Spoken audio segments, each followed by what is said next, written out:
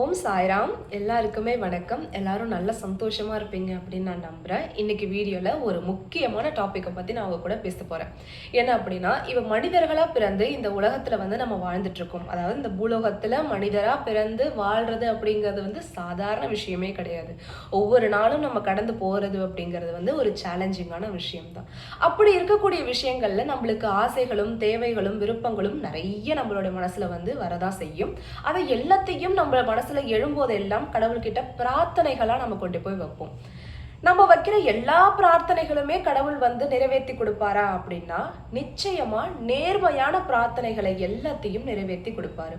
அதே மாதிரிதான் ஒரு பக்தருக்கு 27 வருஷமா நிறைவேறாத ஒரு பிரார்த்தனை பாபாவை பார்த்ததன் மூலயமா அவங்களுக்கு நிறைவேறினதை இன்னைக்கு உங்களுக்கு கதையா நான் சொல்ல போறேன்.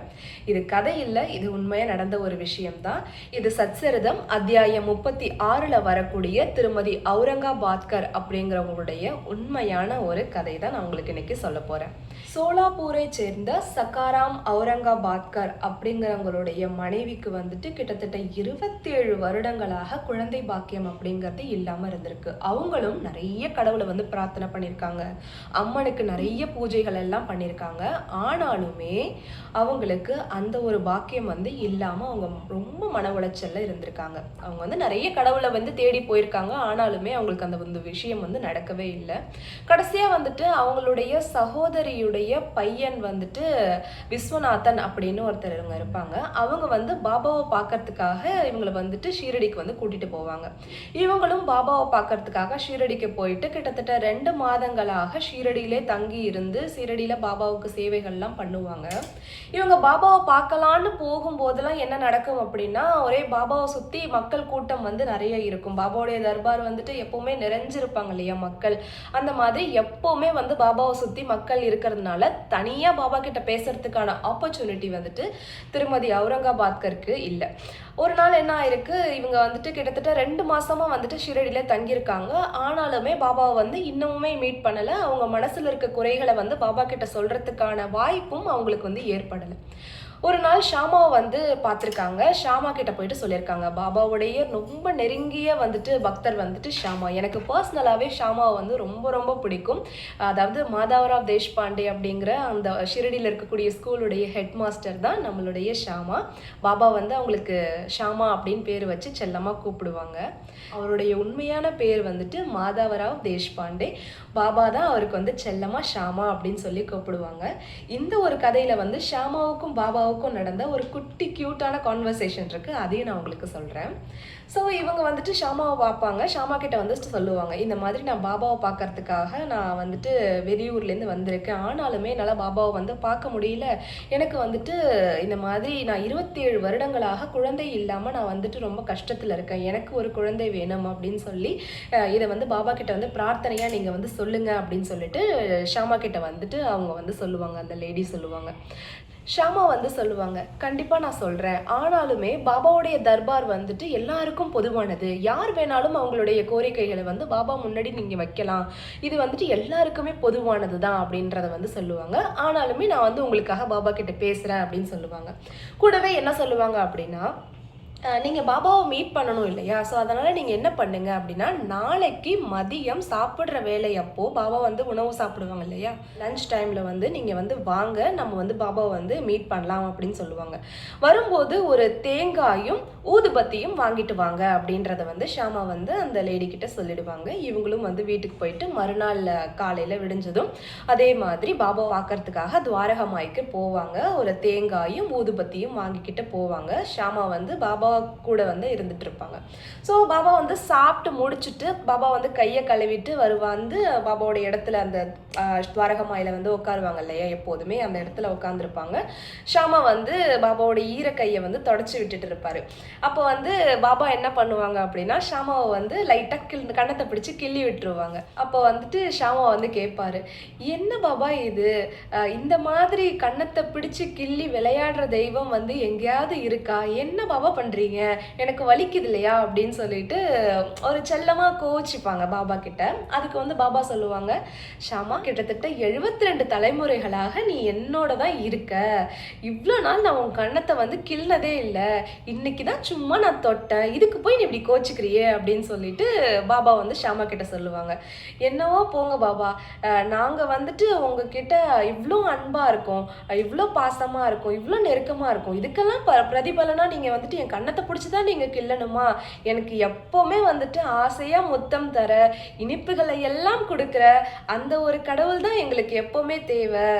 நான் வந்து உங்ககிட்ட வேற எதையுமே நான் எதிர்பார்க்கல. புஷ்பக விமானத்தையோ, இல்ல எனக்கு சொத்தையோ, சுகத்தையோ, இல்ல வந்துட்டு எனக்கு வந்து மோட்சத்த கூட நான் எதிர்பார்க்கல அப்படின்றது வந்து ஷாமா சொல்வாரு. இப்படிப்பட்ட ஒரு பக்தி எங்கேயாவது நம்ம பார்க்க முடியுமா? நம்ம வந்து வாழ்ற வாழ்க்கையில வந்து எல்லாரும் மோட்சம் அடையணும் அப்படிங்கிறத சொல்லி தான் நம்ம வந்து கடவுள வந்து பிரார்த்தனை பண்ணுவோம். ஆனா ஷாமா வந்து பாருங்க, எனக்கு மோட்சம் கூட வேணாம். எப்போதுமே உங்களுடைய அன்பும், உங்களுடைய பாசமும், உங்களுடைய அரவணைப்பும், உங்க பாதத்திலே விழுந்து சரணாகதியா இருக்கக்கூடிய அந்த ஒரு உணர்வை மட்டும் எங்க மனசுல வந்து கலங்காத எப்போதும் நிலைத்து இருக்கா மாதிரி வைங்க தேவா.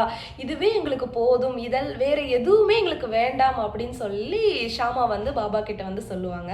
அதுக்கு பாபா என்ன தெரியுமா சொல்லுவாங்க? கண்டிப்பா அதற்காக தான் நானே உங்களை பார்த்துக்கிறதுக்காக தான் நானே வந்திருக்கேன். உங்களுக்கு உணவு ஊட்டி பேணி வளர்த்து காக்கிறதுக்காக தான் நான் இங்க வந்திருக்கேன். உங்க மேல நான் அவ்வளோ அன்பும் பாசமும் வச்சிருக்கேன் அப்படின்னு சொல்றாங்க. அதாவது பக்தர்களாகிய நம்ம மேல வந்து பாபா வந்து அவ்வளவு பாசம் வச்சிருக்காங்களாம். நம்மளுக்கு சாப்பாடு கொடுத்து நம்மளை வளர்த்து கேர் பண்ணி அவ்வளோ ஒரு அன்பை கொடுக்கறதுக்காக தான் பாபா வந்து நம்மளுக்கு அவதாரம் பண்ணி இந்த பூலோகத்துல மக்களுக்கு நல்லது செய்யறதுக்காக தான் பாபா வந்திருக்கிறார் அப்படிங்கறத வந்து பாபா வந்து சொல்லியிருக்காங்க. அதுக்கப்புறம் வந்துட்டு ஷாமா வந்து சொல்லுவாங்க, இந்த மாதிரி பேசி முடிச்சதுக்கு அப்புறம் ஷாமா சொல்லுவாங்க, திருமதி அவுரங்காபாத்கர் அப்படிங்கிறவங்க ஒருத்தங்க இருக்காங்க. அவங்களுக்கு வந்துட்டு கிட்டத்தட்ட 27 வருடங்களாக குழந்தை பாக்கியம் இல்லை பாபா. அவங்கள வந்து நீங்க ஆசீர்வாதம் பண்ணணும் அப்படின்னு சொல்லிட்டு கரெக்டாக கண் ஜாடை காட்டி அந்த லேடியை வந்துட்டு துவாரகமாய் உள்ள வந்து வர வைப்பாங்க. அப்போ இவங்களும் வந்துட்டு கரெக்டாக அந்த லேடியும் பாபாவை வந்து கரெக்டாக மீட் பண்ணிடுவாங்க. அப்போ அந்த லேடி என்ன கொடுப்பாங்க அப்படின்னா, கையில் வந்துட்டு எப்போவுமே பாபாவை பார்க்க போனால் எல்லாருமே வந்துட்டு பாபாவுக்கு வந்து மட்டை தேங்காயும் ஊதுபத்தியும் வாங்கிட்டு போகணும். இந்த ஏர்லி மார்னிங் டைமில் வந்துட்டு பார்த்தோம் அப்படின்னா மட்டை தேங்காயும் ஊதுபத்தியும் வந்துட்டு பாபாவுடைய துவாரகமாய்க்கு முன்னாடியே வந்து வித்துட்டு இருப்பாங்க. அதை நம்ம வாங்கி பாபாவுக்கு வந்து நம்ம வந்து சமர்ப்பணம் பண்ணுவோம். அது ரொம்ப ரொம்ப நல்லது பண்றது. அதே மாதிரி தான் வந்துட்டு அந்த காலத்துல இருந்து இந்த காலம் வரைக்கும் பக்தர்கள் தொடர்ந்து அதை பண்ணிட்டே தான் இருக்காங்க. அதே மாதிரி நம்மளுடைய திருமதி அவுரங்காபாத்கரும் என்ன பண்ணியிருக்காங்க அப்படின்னா, ஒரு மட்டை தேங்காயும் ஊதுபத்தியும் வந்து பாபா கிட்ட வந்து கொடுத்துருக்காங்க. அப்போ வந்து பாபாவை வந்து அந்த தேங்காயை வாங்கி பார்த்துட்டு இப்படி ஆட்டி பார்ப்பாங்க. நம்ம வந்து தேங்காய் வாங்கினா ஆட்டி பார்ப்போம் இல்லையா, அந்த மாதிரி ஆட்டி பார்ப்பாங்க. அது உள்ள வந்துட்டு அந்த பருப்பு இருக்கும் இல்லையா, அது வந்து உருளும். அதான் ஏன்னா அது மட்டை தேங்காய், அது வந்து கொஞ்சம் பழசாழிச்சு இல்லையா, ஸோ அது வந்துட்டு அந்த நெத்தான தேங்காய் அப்படின்னு சொல்லுவாங்க இன்னும் கூட சொல்ல போனால். ஸோ அந்த தேங்காய் வந்து உருண்டுட்டு இருக்கும்.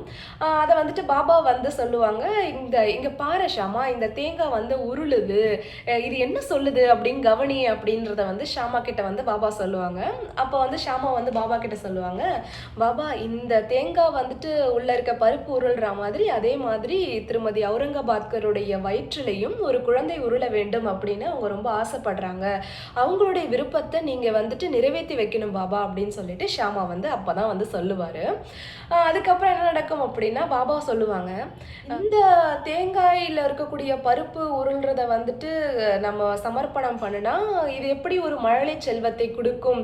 என்ன ஒரு முட்டாள்தனம், மக்கள் இதெல்லாம் நம்புறாங்களா? என்ன ஒரு மூட நம்பிக்கை அப்படிங்கிற மாதிரி பாபா சொல்லுவாங்க. ஸோ யூஸ்வலாகவே வந்துட்டு நம்ம வந்து நிறைய இந்த மூட நம்பிக்கைகளில் வந்து ஈடுபடக்கூடாது. எது வந்து சாத்தியமான விஷயங்களோ அதில் வந்து நம்ம கான்சென்ட்ரேட் பண்ணணும் அப்படிங்கிறதையும் இதில் நம்மளுக்கு வந்து சொல்கிறாங்க.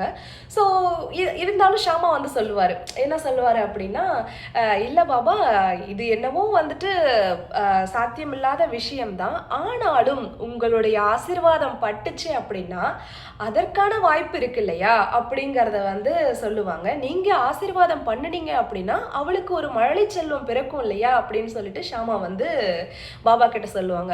அதே மாதிரி பாபாவுக்கு வந்து திரும்ப ஒன்றும் சொல்ல முடியாது. சரி அப்படின்னு சொல்லிட்டு இந்த தேங்காயை வந்து உடைச்சு கொடுங்க அப்படின்னு சொல்லிட்டு சொல்லுவாங்க. இதை வந்து உடைக்கிறதா, இதெல்லாம் உடைக்கக்கூடாது, இந்த முழு தேங்காயுமே அந்த பெண்மணிக்கு கொடுங்க, அவங்களுக்கு வந்து ஒரு குழந்தை பிறக்கணும், நீங்கள் ஆசீர்வாதம் பண்ணி கொடுங்க பாபா அப்படின்னு சொல்லிட்டு ரொம்ப ஃபோர்ஸ் பண்ணுவார் ஷாமா. இல்ல, இல்ல. இது நம்ம உடைச்சு தான் குடுக்கணும் அப்படின்னு சொல்லிட்டு பாபா சொல்லுவாங்க. ஷாமா வந்து ரொம்ப பிடிவாதமா இருப்பாங்க. உடைக்கவே கூடாது. இது அப்படியே அந்த லேடிக்கு குடுக்கணும் பாபா அப்படின்னு சொல்லிட்டு சொல்லுவாங்க. என்னவோ நீங்க வந்துட்டு ஆசீர்வாதம் பண்ணுனீங்க அப்படின்னா, கண்டிப்பா அவங்களுக்கு குழந்தை பொறக்கும். 27 வருஷங்களா அவங்களுக்கு குழந்தை இல்ல. ஆனாலுமே உங்களுடைய ஆசீர்வாதம் கிடைச்சுச்சு அப்படின்னா, இதெல்லாம் சாத்தியமில்லாத விஷயமே கிடையாது. கண்டிப்பா நடந்தே தீரும் அப்படின்னு சொல்லிட்டு அவர் ரொம்ப ஃபோர்ஸ் பண்ணுவாரு. அந்த தேங்காய உடைக்காம அவங்க கிட்ட குடுத்துருங்க. அப்பதான் அவங்க திருப்தியா இருப்பாங்க. அப்படின்னு சொல்லிட்டு இவர் வந்துட்டு ரொம்ப ஃபோர்ஸ் பண்ணுவாரு. ஷாமா வந்து பாபா கிட்ட. ஒரு வழியா பாபாவும் கன்வின்ஸ் ஆயிடுவாங்க. கன்வின்ஸ் ஆயிட்டு அந்த தேங்காய் வந்து உடைக்காமலே வந்துட்டு அந்த லேடிக்கு வந்து குடுத்துருவாங்க. குடுத்துட்டு பாபா சொல்லுவாங்க, அவளுக்கு ஒரு குழந்தை பிறக்கும் அப்படிங்கிற ஒரு பொன்னான ஒரு மொழிய வந்துட்டு அந்த லேடிக்கு வந்துட்டு சொல்லுவாங்க. இந்த மாதிரி வார்த்தைய கேட்கும்போது அவங்களுக்கு எவ்வளோ சந்தோஷமா இருந்திருக்கும் இல்லையா? கிட்டத்தட்ட 27 வருடங்களாக அவங்களுக்கு வந்து அந்த குழந்தை வேணும் அப்படின்னு சொல்லி அந்த வரம் வேண்டி காத்திருக்கவங்களுக்கு வந்துட்டு ஒரு குழந்தை பிறக்கும் அப்படின்னு பாபா வாய்மொழி மூலியமா வரக்கூடிய அந்த வார்த்தையை கேட்கும்போது அவங்களுக்கு எவ்வளவு ஒரு சந்தோஷமா இருக்கும். ஸோ அவங்க வந்துட்டு ரொம்ப சந்தோஷப்படுவாங்க. உடனே ஷாமா கேட்பாரு, எவ்வளோ நாள்ல பிறக்கும் அப்படின்னு சொல்லிட்டு ஷாமா கேட்பாரு. அதுக்கு பாபா சொல்லுவாங்க, 12 மாதங்கள்ல ஒரு குழந்தை பிறக்கும் அப்படிங்கிறத வந்து பாபா சொல்லுவாங்க. உடனே அந்த லேடிக்கு ரொம்ப சந்தோஷமாயிடும். ஷாமாவுக்கும் ரொம்ப சந்தோஷமா இருக்கும். பாபா ஆசீர்வாதம் பண்ணிட்டாங்க அப்படின்னு சொல்லிட்டு.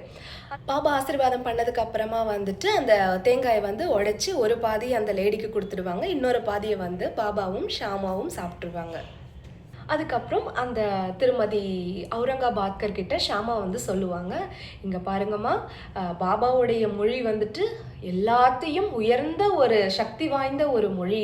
நான் சொல்கிற இந்த விஷயத்தை வந்துட்டு நீ வந்து ஒரு காட்சி பொருளாக நான் சொல்கிற இந்த விஷயம் வந்து சத்திய விஷயம். என்னுடைய வாயில் பாபா மூலயமா நடக்கக்கூடிய விஷயங்களை நான் சொல்கிறது அப்படிங்கிறது வந்துட்டு சத்தியமான விஷயம். இது நீ நம்பு, இது உனக்கு நடக்கும் அப்படின்றத வந்து சொல்லுவார்.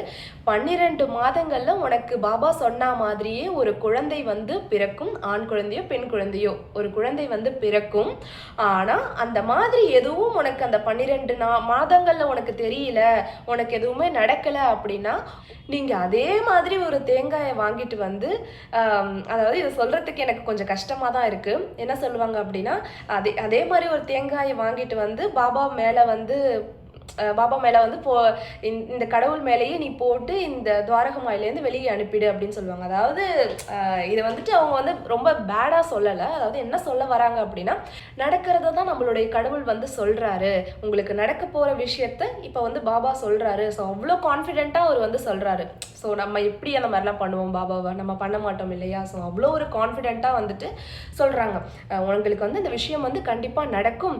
அப்படி ஏதாவது உங்களுக்கு நடக்கலை அப்படின்னா நானே சொல்கிறேன், அதே மாதிரி ஒரு தேங்காயை வந்து வாங்கிட்டு வந்து இந்த கடவுள் மேலேயே போட்டு நீ அந்த கடவுளை வந்து வெளியே அனுப்பு அப்படிங்கிறத வந்து ஒரு சூளுரையாகவே வந்துட்டு ஷாமா வந்து அந்த லேடியை பார்த்து சொல்லுவாங்க. ஸோ அதுக்கப்புறம் என்ன நடக்கும் அப்படின்னா, அதே மாதிரி பாபா சொன்ன மாதிரியே 12 மாதங்களில் வந்துட்டு அவங்களுக்கு வந்து ஒரு ஆண் குழந்தை வந்து பிறக்கும். அந்த ஆண் குழந்தை பிறந்து ஒரு 5 மாதங்கள் கழித்து பாபாவை பார்க்கறதுக்காக அவங்களுடைய கணவனும் மனைவியும் குழந்தையோட துவாரகமாய்க்கு வந்து வருவாங்க. வரும்போதும் அதே மாதிரி பாபாவுக்கு வந்து தேங்காய் பிரசாதம் இதெல்லாம் வாங்கிட்டு வருவாங்க. ஸோ இந்த ஒரு நன்றி கடன் தீர்க்கறதுக்காக பாபாவுக்காக அவங்க என்ன பண்ணுவாங்க அப்படின்னா, 500 ரூபாய், இப்போ அந்த காலத்தில் 500 ரூபாய் அப்படிங்கிறது ஒரு பெரிய அமௌண்ட் இல்லையா? ஸோ 500 ரூபாயை வந்து அவங்களுக்கு வந்து டொனேஷனாக வந்து பாபாவுக்கு வந்து ஆஃபர் பண்ணுவாங்க. அந்த 500 ரூபாயை வந்து எதற்காக செலவிட்டாங்கன்னு கூட சச்சரிதத்தில் வந்து மென்ஷன் பண்ணியிருப்பாங்க. பாபா வந்து செல்லமாக ஷாம் கருணா அப்படிங்கிற ஒரு குதிரை வளர்த்தாங்க இல்லையா? அதாவது துவாரகமாய்க்கு பக்கத்துலேயே வந்துட்டு ஷாம் சுந்தர் அப்படிங்கிற ஒரு ஹால் இருக்கும். ஸோ அங்கே தான் வந்துட்டு பாபாவுடைய குதிரை வந்து வளர்த்தாங்க. ஸோ அந்த குதிரைக்கான ஒரு கொட்டாய் கட்டுறதுக்காக அந்த 500 ரூபாய் பயன்பட்டது அப்படின்றத வந்து சொல்லி இந்த ஒரு அற்புதமான ஒரு லீலை வந்து முடிச்சிருப்பாங்க. ஸோ பாபா சொன்ன மாதிரி 27 வருடங்களாக குழந்தை இல்லாத அவதிப்பட்டு இருந்த ஒரு தம்பதிகளுக்கு வந்துட்டு பாபாவினுடைய ஆசிர்வாதம் மூலயமா அவங்களுக்கு வந்து ஒரு அழகான குழந்தை பிறந்தது அப்படிங்கிறது வந்து நினைக்கும் போது ரொம்ப ஆச்சரியமா இருக்கு இல்லையா? இதெல்லாம் சாத்தியமே இல்லை அப்படிங்கிற மாதிரி நம்மளுக்கு தோணும். நம்மளுக்கு வந்து நிறைய வந்து நம்ம கோரிக்கைகள் வச்சுக்கிட்டே இருப்போம். எனக்கு வந்து இந்த வருஷத்துல நடந்துடணும், இந்த வருஷத்துல நடந்தணும் அப்படின்னு சொல்லிட்டு பார்த்தா அது வந்து காலம் கடந்து போனதா இருக்கும். இதுக்கப்புறம் நம்மளுக்கு அதுக்கு மேல நம்பிக்கையே இருக்காது. இதுக்கப்புறம் எப்படி இது நடக்க போகுது, இது எனக்கு நடக்காது அப்படிங்கிற விஷயங்கள் வந்து நம்ம மனசுல வந்து நிறைய வரதா செய்யும். அதாவது விஷயங்கள் இருக்கு. சில பேருக்கு வேலை கிடைக்கிறதுல இருக்கும், சில பேருக்கு திருமண தடைகள்ல இருக்கும், சில பேருக்கு குழந்தை பாக்கியம், இந்த மாதிரி நிறைய நாள் வந்து தள்ளி போய்கிட்டே இருக்கும். ஆனா கடவுள் வந்து உங்களுக்கு கொடுக்கணும் அப்படின்னு நினைச்சிட்டாரு அப்படின்னா அதை நிச்சயமா எவ்வளவு பெரிய உங்களுக்கு ஒரு சூழ்நிலை வந்து ஏற்பட்டாலும், கஷ்டமான சூழ்நிலை, ஆனா உங்களுக்கு அந்த அந்த ஒரு சுகமான ஒரு அனுபவத்தை வந்து பாபா வந்து நிச்சயமா வந்து உங்களுக்கு வந்து அந்த நீங்க வேண்டுற வேண்டுதலை வந்துட்டு எவ்வளவு ஒரு நாள் ஆனாலும் பாபாவே நீங்க சரணாகதி அடைஞ்சிட்டீங்க அப்படின்னா கண்டிப்பா அது வந்து 100% வந்து உங்களுக்கு வந்து நடக்கும். இதுக்கு வந்து ஷாமா சொன்ன மாதிரியே நான் வந்து கேரண்டி. என்னவானாலும் சரி, பாபாவை நீங்க சரணாகதி பண்ணிட்டு, எனக்கு தெரியாது நல்லதோ கெட்டதோ எனக்கு தெரியாது, என் லைஃப்ல நான் என்ன பண்ணாலும் அதற்கு நீங்க தான் காரணம், நல்லது பண்ணாலும் சரி நான் கெட்டது பண்ணாலும் சரி, ஏன்னா நான் வந்து உங்களை தான் சரணாகதி ஆகிட்டேன், எனக்கு எது நடந்தாலும் அது நீங்க தான் காரணம், என்னோட வாயிலிருந்து வரக்கூடிய மொழிகளுக்கும் நான் செய்யக்கூடிய செயல்களுக்கும் நீங்க தான் பாபா காரணம் அப்படின்னு சொல்லி கம்ப்ளீட்டா உங்களுடைய செல்ஃபை வந்துட்டு நீங்க அப்படியே பாபா கிட்ட கொடுத்துட்டீங்க அப்படின்னா he will be responsible to take care of everything which is happen surrounded by you. நீங்க என்ன சுத்தி உங்களை நடந்தாலுமே அதுக்கு பாபா தான் ரெஸ்பான்சிபிள் அப்படிங்கிறது வந்துட்டு இது வந்துட்டு என்னோட மனசார நான் ஃபீல் பண்ண விஷயம். அதை தான் நான் உங்களுக்கும் சொல்றேன். ஸோ உங்களுக்கு ஒரு விஷ் இருக்கு, அந்த விஷ் வந்துட்டு டிலே ஆகிட்டே போகுது அப்படின்னா நான் எப்போ வந்துட்டு ஒரு விஷயம் சொல்லுவேன், உங்கள் மனசில் இருக்கக்கூடிய விஷயங்கள் வந்துட்டு ஒரு ஆசைகள் வந்துட்டு டிலே ஆகிட்டே போகுது, பாபா கிட்ட சொல்லியுமே அது நடக்காமல் இருக்குன்னு வச்சுக்கோங்களேன், கண்டிப்பாக அது டிலே மட்டும்தான். அது என்றைக்குமே டினை பண்ண மாட்டாங்க. அது எந்த ஒரு விஷயத்துலையுமே வந்துட்டு பாபா வந்து டினை பண்ணவே மாட்டாங்க. அது வந்துட்டு ப்ராசஸ் வந்து டிலேயாக தான் ஆகும். உங்களுக்கு எது சிறப்பானது, எது சிறந்தது, எது நல்லா இருக்கும் அப்படிங்கிறத வந்து பாபாவுக்கு மட்டும்தான் தெரியும் இல்லையா? ஸோ நீங்கள் முழுசாக உங்களை நீங்கள் கடவுள்கிட்ட, அதாவது நம்மளுடைய பாபா கிட்ட சரணாகதி பண்ணிட்டீங்க அப்படின்னா அது கண்டிப்பாக பாபா வந்து உங்களுக்கு நிச்சயமாக நிறைவேற்றி கொடுப்பாங்க. So thank you so much. உங்களுக்கு பார்த்துட்டு இருக்க உங்களுக்கு நிறைய விருப்பங்கள், நிறைய ஆசைகள், நிறைய உங்களுக்கான விஷயங்கள் நடக்கணும் அப்படின்னு சொல்லி நீங்கள் பாபா கிட்ட பிரார்த்தனை பண்ணிட்டு இருக்கீங்க அப்படின்னா கண்டிப்பாக உங்களுடைய பிரார்த்தனையை மட்டும் நீங்கள் கையில் வச்சுக்கோங்க. வேற எதையுமே பாபா எதிர்பார்க்க மாட்டாங்க. கடவுளுக்கு உண்மையாக இருங்க, எப்போவுமே கடவுளுக்கு விசுவாசியாக இருங்க. கடவுளுக்கு விசுவாசியாக இருந்தீங்க அப்படின்னா நீங்கள் எந்த ஒரு தப்புமே பண்ண மாட்டீங்க, எந்த ஒரு தவறான பாதையிலுமே நீங்கள் வந்துட்டு போக மாட்டீங்க அப்படிங்கிறது வந்துட்டு சத்தியம், உண்மை. ஸோ அதே மாதிரி தான் நீங்கள் கடவுளைக்கிட்ட நீங்கள் சரணாகதி பண்ணிட்டீங்க அப்படின்னா you are a true heart, you are a pure heart. நீங்கள் வந்துட்டு எந்த தப்புமே பண்ண மாட்டீங்க. ஸோ நீங்கள் வந்துட்டு கரெக்டான பாத்தில் அப்படியே போயிட்டே இருப்பீங்க. And God will be responsible to take care of you அப்படிங்கிறது வந்துட்டு நிச்சயமான உண்மை. பாபா வந்து உங்களை கண்டிப்பாக பார்த்துக்குவாரு. உங்களுக்கு இருக்க பிரார்த்தனைகளை வந்துட்டு பாபா கிட்ட சரணாகதி பண்ணிட்டு நீங்கள் நம்பிக்கை மட்டும் கையில் வச்சுக்கோங்க. பாபா சொல்கிற மாதிரி எப்போவுமே நம்பிக்கையோடும் பொறுமையோடும் இருந்தீங்க அப்படின்னா கண்டிப்பாக உங்களுக்கான விஷயங்கள் வந்துட்டு நிச்சயமாக பாபா வந்து நிறைவேற்றி கொடுப்பாரு. சீக்கிரமாக நடக்கணும் அப்படிங்கிறது தான் என்னுடைய விருப்பமும் கூட. கண்டிப்பாக எல்லாருக்கும் நல்லதே நடக்கும். தேங்க்யூ ஸோ மச் ஃபார் வாட்சிங். உங்களுக்கு இந்த வீடியோ பிடிச்சிருந்துச்சு அப்படின்னா கண்டிப்பாக லைக் பண்ணுங்கள். இந்த மாதிரியான இன்ஃபர்மேஷன் வந்துட்டு நிறைய பேருக்கு ஷேர் பண்ணீங்க அப்படின்னா they'll also get a benefit. பாபாவை பற்றி நிறைய இன்ஃபர்மேஷன் வந்துட்டு நிறைய பேருக்கு நம்ம ஷேர் பண்ணும்போது அவங்களுமே வந்து நான் பாபா மேலே நம்பிக்கையோட பிரார்த்தனைகளை மேற்கொள்ளும் போது அவங்களுக்குமே நல்ல நல்ல விஷயங்கள் நடக்க ஆரம்பிக்கும் இல்லையா? ஸோ கம்ப்ளீட்டாக இந்த வீடியோவை பார்த்த உங்களுக்கு ரொம்ப நன்றி. பிடிச்சிருந்துச்சு அப்படின்னா லைக் பண்ணுங்கள், எல்லாருக்குமே ஷேர் பண்ணுங்கள் நான் சொன்ன மாதிரி. அண்ட் பாபா பற்றின நிறைய இன்ஃபர்மேஷனை தெரிஞ்சுக்கிறதுக்கு என்னோட சேனலை மறக்காமல் சப்ஸ்கிரைப் பண்ணி வச்சுக்கோங்க. Thank you so much once again. Om Sairam.